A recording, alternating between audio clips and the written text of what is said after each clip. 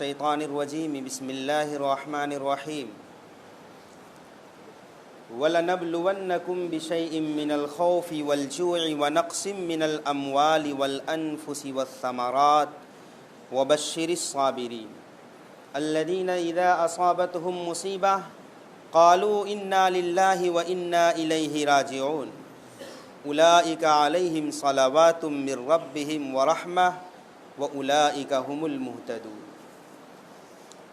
اللهم صل على محمد وعلى آل محمد كما صليت على إبراهيم وعلى آل إبراهيم إنك حميد مجيد اللهم بارك على محمد وعلى آل محمد كما باركت على إبراهيم وعلى آل إبراهيم إنك حميد مجيد وَلَنَبْلُوَنَّكُمْ بِشَيْءٍ مِّنَ الْخَوْفِ ہم تمہیں ضرور آزمائیں گے کچھ خوف دے کر، والجوع اور بھوک میں مبتلا کر کے، وَنَقْصٍ مِّنَ الْأَمْوَالِ وَالْأَنفُسِ وَالثَّمَرَاتِ اور مالوں اور جانوں اور پھلوں میں کمی کر کے ہم تمہیں آزمائیں گے۔ اللہ تبارک و تعالی نے اس آیت کریمہ میں بندوں کو پہلے ہی آگاہ کر دیا ہے کہ ہم تمہیں کہیں نہ کہیں ضرور آزمائیں گے، کچھ خوف دے کر آزمائیں گے۔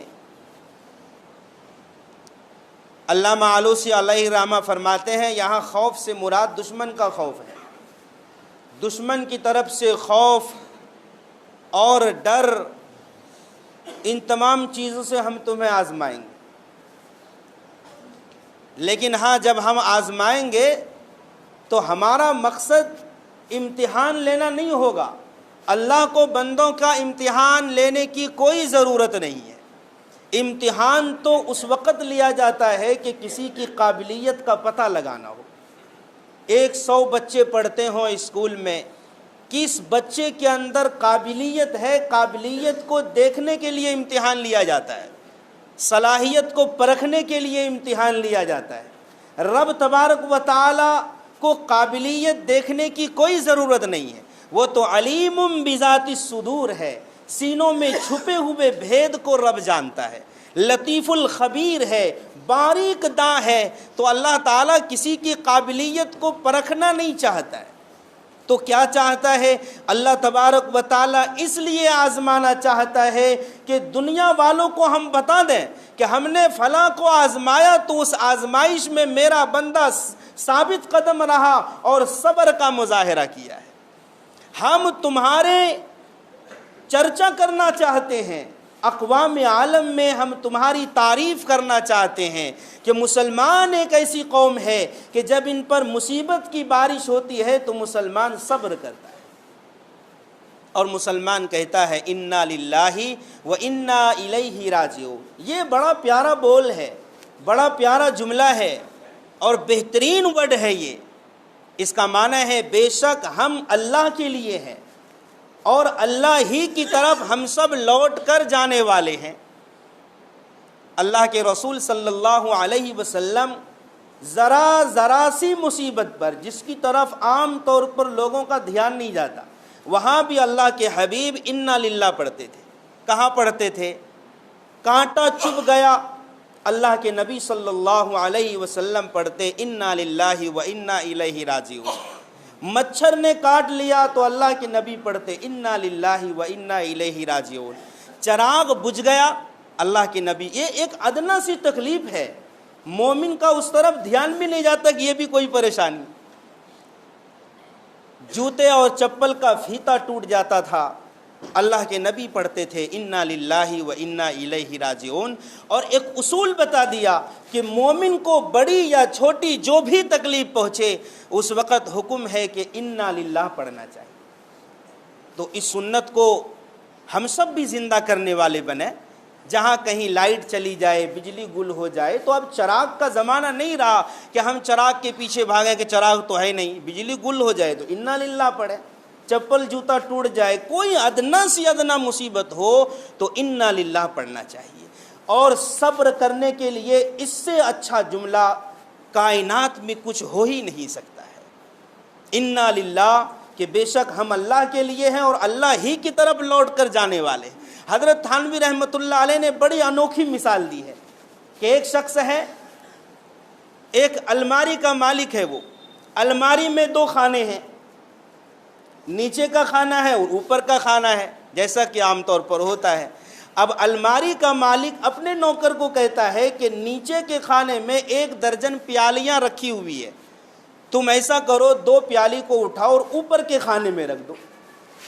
اب نوکر کہتا ہے حضور 2 سال سے وہ 1 درجن پیالیاں ایک ہی جگہ ہیں، اب 2 سال کے بعد 2 پیالی کو آپ اوپر کیوں رکھوا رہے ہیں؟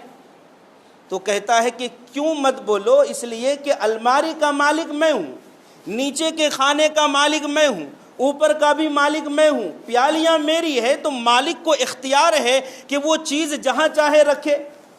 کہا حضور ٹھیک ہے 2 پیالی میں اوپر رکھ دوں گا، مگر باقی 10 پیالی کو ان کی جدائی بڑی گراں گزرے، جدائی برداشت نہیں کر سکے۔ تو کہتا ہے کہ بے وقوف، ہم جو 10 پیالی باقی رہ گئی اسے بھی وہاں نہیں رہنے دیں گے، یکے بعد دیگرے ان لوگوں کا ان کا بھی نمبر آئے گا اور 2 کر کے ایک کر کے نیچے سے اوپر رکھوا دیں گے۔ کسی کا بیٹا فوت ہو گیا تو ہم کیا پڑھتے ہیں؟ انا للہ و انا الیہ راجعون، بیٹا چلا گیا ہمارا اس دنیا میں اور ہم بھی وہیں جانے والے ہیں، ہم یہاں رہنے نہیں آئے ہیں۔ تو زمین و آسمان ایک الماری کی شکل میں ہے، یہ نیچے کا خانہ ہے اور اوپر کا خانہ ہے۔ کسی کو اللہ نے بلا لیا وہ چلا گیا، اور ہم مطمئن ہو کر نہیں بیٹھ جائیں کہ ہمیں تو جانا ہی نہیں، ہمیں بھی جانا ہے، یکے بعد دیگرے سب کا نمبر آئے گا۔ یہاں ہم سب مسافر ہیں، وہیں آخر ٹھکانہ ہے، کوئی آگے روانہ ہے کوئی پیچھے روانہ ہے، ہر ایک کو جانا ہے۔ تو اس لیے اس سے اچھا بول کچھ ہو ہی نہیں سکتا کہ کوئی بھی مصیبت آئے تو ہم فوراً پڑھیں انا للہ و انا الیہ راجعون، اللہ ہی کی طرف سب کو جانا ہے۔ اور وہاں مولا یہ تو عارضی جدائی ہوتی ہے، لیکن اگر ہم نیک رہے اور نیکی کی حالت پر ہماری موت آئی، خاتمہ بالخیر ہوا، تو یہ عارضی جدائی جو ہے اللہ تبارک و تعالی ہماری ملاقات ہماری رشتہ داروں سے کرائیں گے۔ ہمارے ماں باپ اچھے ہوئے، ہم بھی اچھے ہوئے، اچھائی کی موت ہوئی، تو ایسی ملاقات ہوگی کہ پھر کبھی جدائی برداشت نہیں کرنی پڑے۔ تو صبر کے موقع پر آدمی یہ جملہ استعمال کرے۔ اور اللہ تبارک و تعالی نے قرآن کریم میں مومنین کی یہ شان بتائی ہے، الذین اذا اصابتہم مصیبہ، صابرین کی یہ شان بتائی کہ صبر کرنے والے کو جب بھی کوئی مصیبت پہنچتی ہے قالوا انا للہ و انا الیہ راجعون، تو صبر کرنے والے کہتے ہیں بے شک ہم اللہ ہی کے لیے ہیں اور اللہ ہی کی طرف لوٹ کر جانے والے۔ تو ہم تمہیں خوف دے کر آزمائیں گے۔ پہلی چیز یہاں پر اللہ تبارک و تعالی نے چند چیزوں کا ذکر کیا ہے۔ دشمن کا خوف یہ ہر زمانے میں ہوا کرتا ہے، صحابہ کرام کے زمانے میں بھی دشمن کا خوف ہوا کرتا تھا، اور ایسا خوف ہوتا تھا، ایسا ڈر ہوتا تھا کہ جان بھی چلی جاتی تھی مگر صحابہ ثابت قدم رہتے تھے۔ بلال حبشی کو کون نہیں جانتا؟ جب اس کی پٹائی ہوتی تھی اور ریتیلی زمین پر گھسیٹا جاتا تھا تو بلال کو بچانے والا کون تھا؟ بلال کا مالک کہتا تھا یہ میرا غلام ہے، میں جیسا چاہوں استعمال کروں۔ آل یاسر عمار اور ان کی ماں سمیہ اور ان کے والد یاسر پر جب ظلم کے پہاڑ توڑے جاتے، اللہ کے نبی کا گزر ہوتا تو مزاحمت نہیں کر پاتے تھے، ان کی طرف سے لڑائی نہیں مول لے پاتے تھے، چونکہ ابھی مسلمان کمزور تھے۔ تو کیا کہتے؟ اصبر یا آل یاسر ان موعدکم الجنہ، یاسر کے اولادو، یاسر کے خاندان والو، صبر کرو، تمہارا بدلہ جنت ہے۔ اسی طریقے سے ہر زمانے میں دشمنی لی ہے لوگوں نے ایمان والوں سے، اور ایمان والے نے ثابت قدم رہ کے دکھلا دیا ہے۔ مومنین اور مسلمان یہ دائمی امت ہے، یہ قیامت تک کبھی ختم نہیں ہو سکتی ہے، اور جس دن یہ امت ختم ہو گئی تو پھر کائنات بھی باقی نہیں رہے گی۔ حدیث پاک میں آتا ہے جب تک ایک بھی اللہ اللہ کہنے والا باقی رہے گا کائنات کا نظام چلتا رہے گا، اور جس دن اللہ کا نام لینے والا کوئی نہیں بچے گا تو اللہ تعالیٰ قیامت قائم کر دیں گے۔ تو یہ دائمی امت ہے، یہ کبھی ختم ہونے والی ہے نہیں۔ یہ الگ چیز ہے کہ اپنے اعمال کی بنیاد پر لوگوں پر مصیبتیں آتی، جیسے اعمال ویسے قدرت کے فیصلے ہوا کرتے ہیں، جس طریقے سے ہمارے اعمال ہوں گے اسی طریقے سے ہمارے ساتھ دنیا میں بھی جزا سزا کم و بیش ہمیں دیکھنے کو ملتے ہیں۔ تو آج عمومی طور پر مسلمانوں کے اوپر ایک خوف مسلط کیا جا رہا ہے، ایک خوف، اور یہ یقین مانو کہ ہم اور آپ جو زندگی گزار رہے ہیں یہ قرب قیامت کی اخیر ترین مراحل میں ہم گزر رہے ہیں، چونکہ قرب قیامت کی جتنی بڑی بڑی نشانیاں ہیں، چند چیزوں کو چھوڑ کر تمام نشانیاں وجود میں آ گئی ہے، تمام برائیوں کا ارتکاب کر رہے ہیں اور کر چکے ہیں، لہٰذا اب صرف جو بڑی بڑی نشانیاں احادیث میں ہیں یا قرآن میں ہے کہ سورج کا مغرب سے نکلنا، آسمان سے دھواں نکلنا، دابۃ الارض کا نکلنا، پھر یاجوج ماجوج، دجال، عیسیٰ علیہ السلام، یہ بڑی بڑی نشانیاں ہیں، اور جب یہ نشانیاں آ جائیں گی تو پھر چند ہی مدت کے بعد قیامت کا نزول ہوگا، قیامت کا واقع پذیر ہونا بالکل طے ہے۔ تو لہٰذا اس وقت عالم کے اندر مسلمانوں کو پریشان کیا جا رہا ہے۔ ایک طرف اسرائیل ہے، وہ جو خواب دیکھ رہا ہے کہ ایران اور عرب بھی ہمارا ہی حصہ ہے۔ آپ اقوام عالم پر نگاہ ڈالو، اسرائیل آج اپنے مشن میں کامیاب نظر آ رہا ہے، وہ ایران کو بھی اپنا ہی حصہ اور پورے عرب کو اپنا حصہ وہ سمجھ رہا ہے، اور ایک حد تک وہ اس مشن میں کامیاب ہے۔ ہندوستان کی جو ایک گندی سیاست ہے، اس میں بھی آپ دیکھیں مہا بھارت کا خواب، یہ خاص طور پر جو مسلم دشمنی کے اوپر طلوع ہوئی ہے، جیسے RSS ہے، ان کا پلان معلوم ہے کہ ہندوستان سے مسلمانوں کو وہ گندی نجاست سمجھ رہے ہیں، ہندوستان کو مسلمانوں کی نجاست سے پاک کیا جائے، یہ ان کا بالکل پرفیکٹ اور طے شدہ پلان ہے۔ اور یہی نہیں، مہا بھارت کا جو خواب ہے، افغانستان سے لے کر انڈونیشیا تک یہ مہا بھارت کا حصہ وہ مان رہے ہیں اور اسی کے خواب دیکھ رہے ہیں، اور ایک حد تک اسے کامیابی ملتی ہوئی نظر آ رہی ہے۔ لیکن دوستو بزرگوں، اس کے پیچھے، ہر شر کے پیچھے خیر ہوا کرتی ہے۔ ہمارے لیے ایک بڑی خیر یہ ہے کہ ہو سکتا ہے اللہ کے نبی صلی اللہ علیہ وسلم نے اخیر زمانے کی ایک لڑائی کی خبر حدیث میں دی ہے، وہ ہے غزوۃ الہند۔ حضرت ابو ہریرہ رضی اللہ عنہ فرماتے ہیں کہ اللہ کے نبی صلی اللہ علیہ وسلم نے ہم سے ہندوستان کے غزوے کے بارے میں بیعت لی ہے کہ تم اس غزوے میں لڑائی میں شریک ہونا۔ حضرت ابو ہریرہ فرماتے تھے کہ کاش میں اس وقت تک زندہ رہتا تو اپنے تمام جائیداد کو، مال کو اکٹھا کرتا اور ہندوستان کے غزوے میں شریک ہوتا۔ اگر میں کامیاب ہو جاتا تو میں کہتا کہ اللہ تبارک و تعالی نے ابو ہریرہ کو جہنم کی آگ سے آزاد کر دیا ہے۔ دوستو بزرگوں، اور پھر جب یہاں کی ایک محاذ آرائی ہوگی، اسی وقت عیسیٰ علیہ السلام بھی ادھر دمشق کے مسجد کے علاقے میں، ملک شام اور فلسطین میں، وہاں بھی محاذ آرائیاں ہو رہی ہوگی، وہاں بھی صف آرائیاں ہو رہی ہو۔ تو بہرحال خوف دے کر ہم تمہیں آزمائیں گے، تم کیا کرتے ہو؟ انا للہ و انا الیہ راجعون کے ساتھ مسلمانوں کو دل سے صبر کرنا چاہیے۔ والجوع، ہم تمہیں بھوک میں مبتلا کریں گے۔ صحابہ کرام کو اللہ تبارک و تعالی نے بھوک دے کر آزمایا، صحابہ ثابت قدم رہے۔ حضرت ابو ہریرہ رضی اللہ عنہ فرماتے ہیں خدا کی قسم ہمیں اتنا بھی کھانا نہیں ملتا تھا کہ ہماری کمر سیدھی ہو سکے اور ہم کھڑے ہو سکے۔ حضرت عائشہ رضی اللہ عنہا فرماتی ہیں کہ ہم کبھی 1 مہینے کا چاند دیکھتے، کبھی 2 مہینے کا، اور 3 چاند ہم دیکھ لیتی، مگر محمد کے گھر میں چولہا نہیں جلتا تھا، 2 مہینے کا فاقہ ہوتا۔ ایک مرتبہ حضرت ابو بکر رضی اللہ عنہ دوپہر میں گرمی اور دھوپ کے وقت اپنے گھر سے باہر نکلے مسجد نبوی کی طرف۔ حضرت عمر رضی اللہ تعالی عنہ سامنے سے آ رہے تھے، کہا کہ ابو بکر اس وقت کہاں، یہ تو نماز کا کوئی وقت نہیں۔ کہا عمر کیا بتاؤں، کئی دن کے فاقے ہیں، بھوک نے بے چین کر دیا ہے، اس کی وجہ سے گھر سے بے چین ہو کر نکلا ہوں کہ مسجد میں کچھ سکون ملے گا۔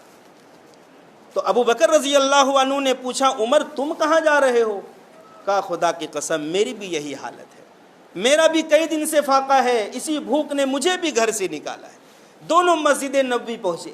تھوڑی دیر کے بعد جناب رسول اللہ صلی اللہ علیہ وسلم بھی پہنچے، دونوں سے بات ہوئی، دونوں نے کہا کہ ہم دونوں کو بھوک نے پریشان کیا ہے۔ اللہ کے نبی نے فرمایا کہ میری بھی یہی حالت ہے، میرا بھی کئی دن کا فاقہ ہے۔ اب تینوں فاقے سے ہیں، اب سوچ سکتے ہیں کہ گھروں میں بھی فاقہ ہی ہوگا۔ اللہ کے نبی صلی اللہ علیہ وسلم نے فرمایا کہ چلو ابو ایوب انصاری کے یہاں چلتے ہیں۔ اللہ کے نبی کو معلوم تھا کہ ابو ایوب انصاری یہ اللہ کے نبی کے خدمت گزار بھی رہے ہیں۔ جب اللہ کے نبی مکہ سے ہجرت کر کے مدینہ گئے تو اونٹنی ابو ایوب انصاری کے یہاں ٹھہری تھی۔ ابو ایوب انصاری نے 6 مہینے تک اللہ کے نبی کی مہمان نوازی کی تھی۔ تو فرمایا چلو ابو ایوب انصاری کے یہاں، اور گرمی کا زمانہ تھا تو انصاری حضرات گرمی کے زمانے میں اپنے گھروں سے نکل کر باغات میں قیام پذیر ہوتے تھے، وہاں جھوپڑی اور خیمے کی شکل میں، اور گرمی کا زمانہ اسی نخلستان میں اور کھجوروں کے باغات میں گزارتے تھے۔ تو اللہ کے نبی صلی اللہ علیہ وسلم دونوں کو لے کر ان کے یہاں پہنچے۔ ابو ایوب انصاری رضی اللہ عنہ گھر میں نہیں تھے، ان کی بیوی تھی۔ خوش آمدید کہا، مرحبا کہا ابو ایوب انصاری کہاں ہیں؟ کہا وہ پانی بھرنے گئے ہیں، آپ حضرات تشریف رکھیں۔ اتنے میں حضرت ابو ایوب انصاری بھی آ گئے، دیکھ کر بہت خوش ہوئے، فوراً بھاگے گئے اور کھجور کا ایک خوشہ توڑ کر لائے۔ اللہ کے نبی صلی اللہ علیہ وسلم نے فرمایا کہ اس خوشے میں تو کچی کھجوریں بھی ہیں، ادھ پکی بھی ہیں اور پکی ہوئی بھی ہیں، تم پکی کھجوریں توڑ کر لاتے۔ ابو ایوب انصاری نے کہا یا رسول اللہ بات یہ ہے کبھی آدمی کو پکی کھجوریں اچھی لگتی ہے، کبھی ادھ پکی اور کبھی کچی، آپ حضرات کو جو طبیعت ہو وہی کھائیں۔ پھر فوراً کہا کہ ابھی ہم جانور بھی ذبح کرتے ہیں۔ اللہ کے نبی نے فرمایا کہ دیکھو دودھ والی بکری ذبح مت کرنا۔ پھر بکری کے ایک بچے کو ذبح کیا اور آدھے گوشت کو بھونا، آدھے کا سالن بنایا، اور ان کی بیوی نے روٹی بنانی شروع کی، دسترخوان پر رکھا۔ اللہ کے نبی صلی اللہ علیہ وسلم نے ایک روٹی کا ٹکڑا لیا اور اس پہ گوشت کے کچھ ٹکڑے رکھے، اور ابو ایوب انصاری سے کہا یہ میری بیٹی فاطمہ کو دے آؤ، فاطمہ کا بھی کئی دن کا فاقہ ہے۔ اور اللہ کے نبی دسترخوان پر جب ان نعمتوں کو دیکھ رہے تھے کہ کھجوریں بھی ہیں، پکی کھجوریں ہیں، کچی ہیں، گوشت ہیں، روٹی ہیں، تو اللہ کے نبی کی آنکھوں سے زار و قطار آنسو بہنے لگے، اور کہا کہ ابو بکر اور عمر یہ وہ نعمتیں ہیں کہ قیامت کے دن ان نعمتوں کے بارے میں پوچھا جائے گا۔ ابو بکر صدیق نے کہا یا رسول اللہ اتنی بھوک کی بےتابی کے بعد ہمیں یہ نعمت ملی ہے تو اس کے بارے میں بھی پوچھا جائے گا۔ کہا قرآن نہیں پڑھتے ثم لتسألن یومئذ عن النعیم، قیامت کے دن نعمتوں کے بارے میں ضرور تم سے پوچھ ہوگی۔ تو دوستو بزرگوں، بھوک پر صحابہ کرام نے، اللہ کے نبی نے بہت زیادہ صبر کا مظاہرہ کیا ہے۔ چنانچہ غزوہ خندق کے موقع پر جب خندق کی کھدائی ہو رہی تھی، صحابہ کرام بھوکے ہی تھے، اللہ کے نبی کے پاس آتے ہیں، یا رسول اللہ ہماری طرف دیکھیے۔ جو زیادہ بھوکے اور فقر و فاقے سے تھے اپنا کپڑا اٹھاتے ہیں تو اللہ کے نبی کیا دیکھتے کہ صحابہ کے پیٹ میں پتھر بندھے ہوئے۔ پتھر کیوں باندھا جاتا تھا؟ تاکہ کمر کو سیدھی رکھنے میں ایک سہارا مل سکے، ورنہ کمر جھک جائے، اتنا فاقہ ہوتا تھا۔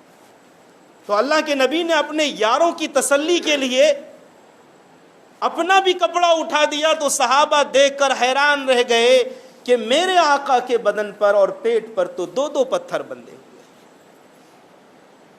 دوستو بزرگوں، اتنی بھوک کی بےتابی ہوتی۔ حضرت ابو ہریرہ فرماتے ہیں کہ مجھے اتنی بھوک لگتی تھی کہ مسجد نبوی کے باہر دروازے کے پاس میں بھوک کی وجہ سے گر جاتا تھا اور اپنے پیٹ اور جگر کو زمین سے چمٹا لیتا تھا، اور جب لوگ گزرتے تھے تو کہتے تھے ابو ہریرہ کو جنون اور مرگی کی بیماری ہے، تو لوگ اپنے جوتوں سے اور اپنے پیروں سے میرے گردن کو دباتے تھے۔ یہ اس زمانے کا علاج ہوتا تھا کہ جب جنون ہوتا تو لوگ اپنے پیروں سے گردن دباتے۔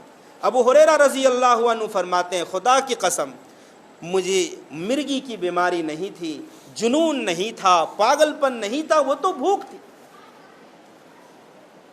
ایک مرتبہ فرمایا اسی طرح میں اپنے جگر کے بل زمین پر لیٹا تھا اور ایسی جگہ پر لیٹا جہاں پر لوگوں کا گزر ہوتا تھا، اور میں یہ سوچ کر کہ لوگوں سے کچھ مسئلہ پوچھوں گا، لوگ میری حالت کو پرکھ لیں گے اور اپنے گھر پر لے جائیں۔ ابو بکر صدیق گزرے، ان سے پوچھا، بتا کر چلے گئے۔ عمر فاروق گزرے، ان سے بھی پوچھا، وہ بھی مسئلہ بتا کر چلے گئے۔ اللہ کے نبی صلی اللہ علیہ وسلم تشریف لائے تو میری حالت کو دیکھ لیا اور پہچان لیا کہ یہ تو بھوک ہے۔ کہا ابو ہریرہ میرے ساتھ چلو، پھر اللہ کے نبی کے ساتھ گئے۔ پھر وہاں ایک معجزہ ظاہر ہوا کہ ایک پیالہ دودھ آیا تھا، 80 اور 70 افراد نے شکم سیر ہو کر پیا۔ تو میں یہ کہہ رہا تھا کہ بھوک پر صحابہ کا زبردست امتحان ہوا ہے۔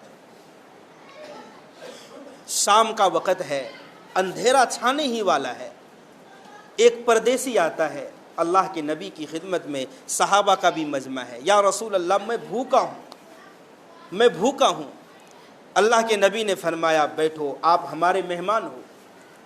اپنے گھروں میں آدمی بھجوایا، ازواج مطہرات میں سے یقین مانو ہر گھر سے خبر آئی کہ گھر میں فاقہ ہی فاقہ ہے۔ اللہ کے نبی کی متعدد ازواج تھی، متعدد پاک بیویاں تھیں، مگر کسی کے گھر میں اس مہمان کی خاطر تواضع کے لیے کچھ بھی نہیں تھا، اور اگر ہوتا تو ضرور پیش کیا جاتا۔ تو اللہ کے نبی صلی اللہ علیہ وسلم نے پوچھا آپ میں سے کوئی ہے ایسا کہ ایک رات کی مہمان نوازی اس مسافر کی کرے؟ ایک صحابی کھڑے ہوئے، حضرت ابو طلحہ انصاری رضی اللہ عنہ۔ مسجد نبوی کے سامنے ہی ان کا باغ تھا کھجوروں کا، اور اس وقت وہ مسجد نبوی کے حصے میں آ چکا ہے، اب باہر نہیں ہے وہ۔ اللہ نے اتنا مقبول کیا ان کی زمین کو اور ان کی جگہ کو، بڑا پاکیزہ پانی بھی تھا اس کنویں کا۔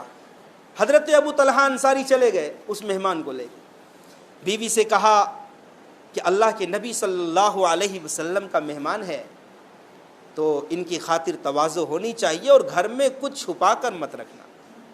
بیوی نے کہا خدا کی قسم صرف بچوں کو کھلانے کے لیے تھوڑا سا سامان ہے اور باقی کچھ بھی نہیں۔ صحابی نے کہا تم ایسا کرو جب بچے کھانا مانگے تو انہیں بہلا پھسلا کر سلا دینا، لیکن اللہ کے نبی کا مہمان ہے، اس کا پیٹ ہمیں ضرور بھرنا ہے۔ اب ایک آدمی کا کھانا تھا، ایسا ہی کیا، بچوں کو سلا دیا۔ جب رات ہوئی تو میاں بیوی نے مشورہ کیا، بیوی کو سمجھایا جب ہم کھانا کھانے بیٹھے، اور اس زمانے میں عادت تھی مہمان کو اکیلا کوئی نہیں کھلاتا، میزبان بھی ساتھ میں بیٹھے، جب ہم دونوں کھانا کھانے بیٹھے تو تم چراغ کو درست کرنے کے بہانے بجھا دینا، اندھیرا ہو جائے گا، میں بھی زبان ہلاؤں گا، مہمان سمجھ رہا ہوگا کہ میں بھی کھا رہا ہوں اور میں کھاؤں گا نہیں، اس طرح سے مہمان کا پیٹ بھر جائے گا۔ چنانچہ ایسا ہی کیا، مہمان کا پیٹ بھر گیا۔ صبح مسجد نبوی میں حضرت ابو طلحہ انصاری نماز کے لیے آئے تو اللہ کے نبی صلی اللہ علیہ وسلم نے فرمایا کہ تمہارے مہمان کے ساتھ کا جو برتاؤ تھا رات میں میاں بیوی کا، اللہ تعالیٰ کو اتنا پسند آیا کہ اللہ تعالیٰ بھی مسکرا رہے، اور فرمایا کہ آج ہی رات میں تمہارے بارے میں یہ آیت نازل ہوئی ہے، یؤثرون علی انفسہم وَلَوْ كَانَ بِهِمْ خَصَاصَةٌ، یہ لوگ دوسروں کو اپنی جانوں پر ترجیح دیتے ہیں درا حالے کہ وہ خود فاقے سے ہوتے ہیں۔ تو صحابہ کرام ہمیشہ صبر کیا کرتے ہیں۔